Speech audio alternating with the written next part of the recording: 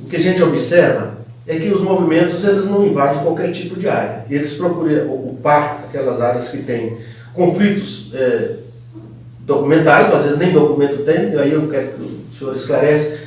Existe em Uberlândia as áreas que não têm documentos confiáveis. Esse é um ponto. O outro ponto como é que o senhor vê o movimento, as famílias têm clareza sobre a função social da propriedade regulamentada pelo Estatuto da Cidade e tudo mais? Esse instrumento legal que é o Estatuto da Cidade, ele contribuiu para esclarecer a população que a terra, ela não tem como direito a propriedade absoluta, mas ela tem que também cumprir com a função social, seja de produzir ou seja de morar.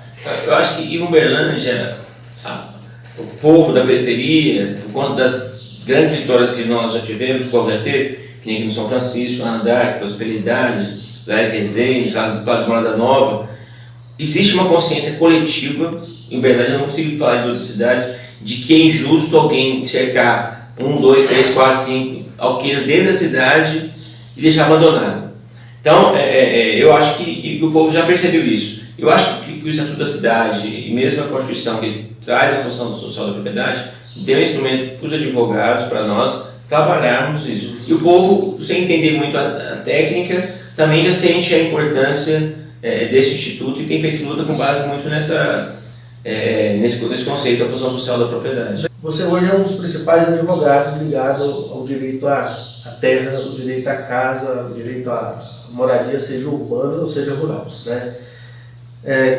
Como é que foi a experiência de assessorar e de liderar juridicamente uma batalha aí para garantir a ocupação do chamado bairro Glória, hoje que tem cerca de 2.000 e poucos unidades habitacionais?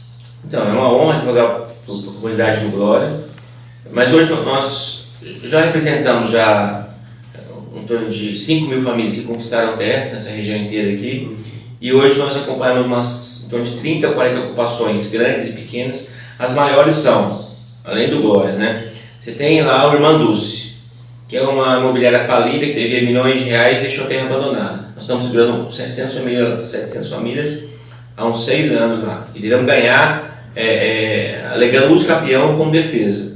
Então lá tem problema jurídico de matrícula. Aqui no Fidel Castro, uma área nobre entre o shopping e o Parque Sabiá.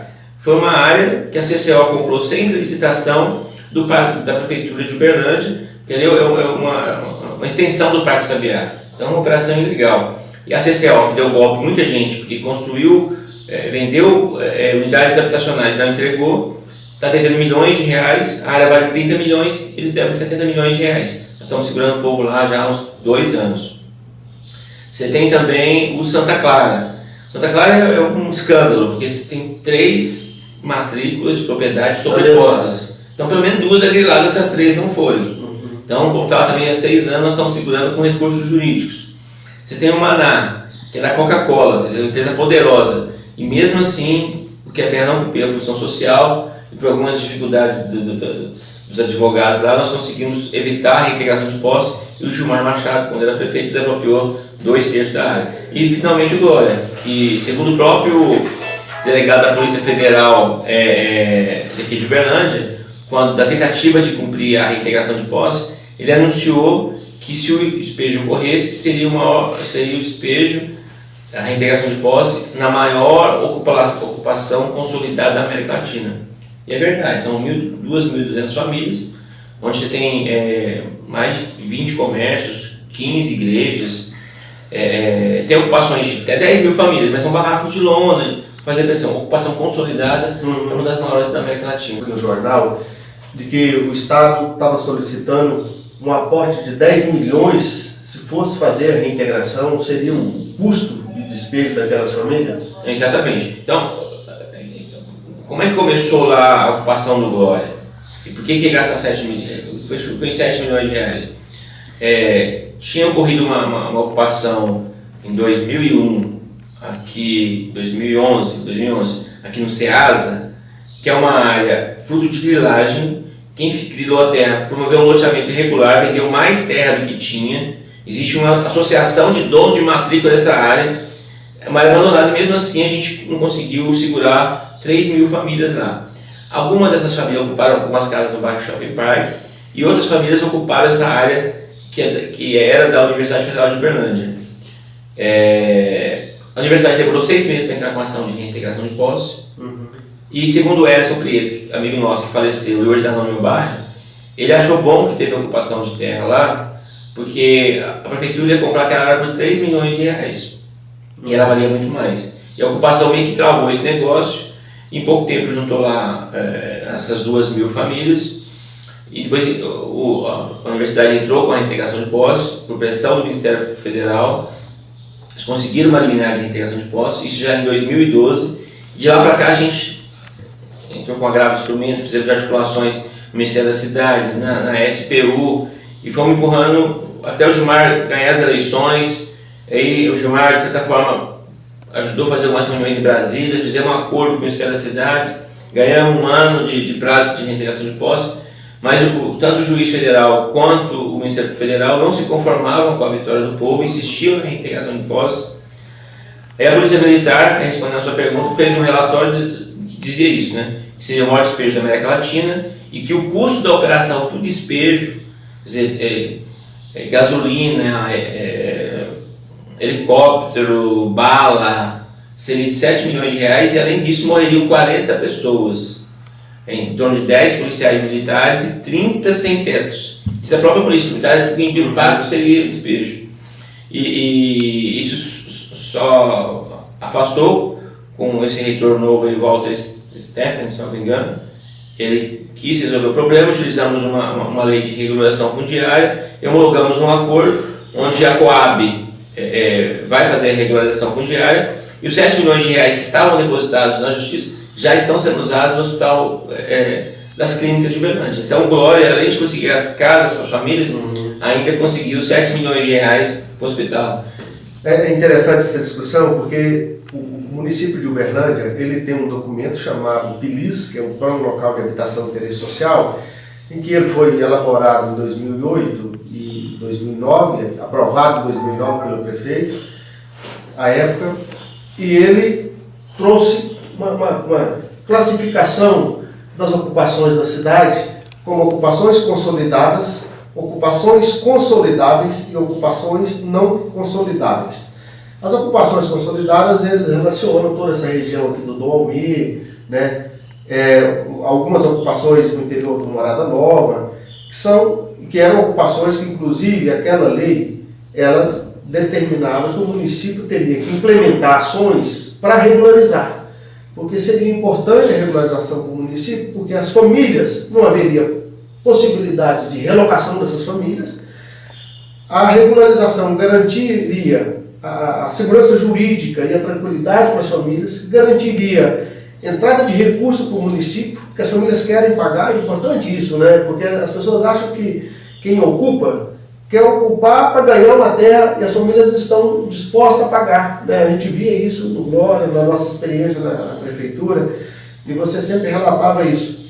Como é que está o entusiasmo das famílias do Glória ao saber que a área foi transferida para a Coab e que a Coab está iniciando o processo de infraestrutura? Então, é de muita alegria, porque os tratores que estão lá hoje não é para derrubar as casas, é para fazer as ruas, para botar lá a infraestrutura, e começando pela CEMIG, que é do governo do estado, e vai ser mais fácil. Bom para a CEMIG, que regulariza a situação dos moradores, bom para os moradores que vão ter um comprovante de endereço e vão fazer sua vida ficar com mais dignidade. Agora, nós tivemos no Ministério das Cidades, no ano passado, já nesse governo golpista, e os dados do Ministério das Cidades são impressionantes.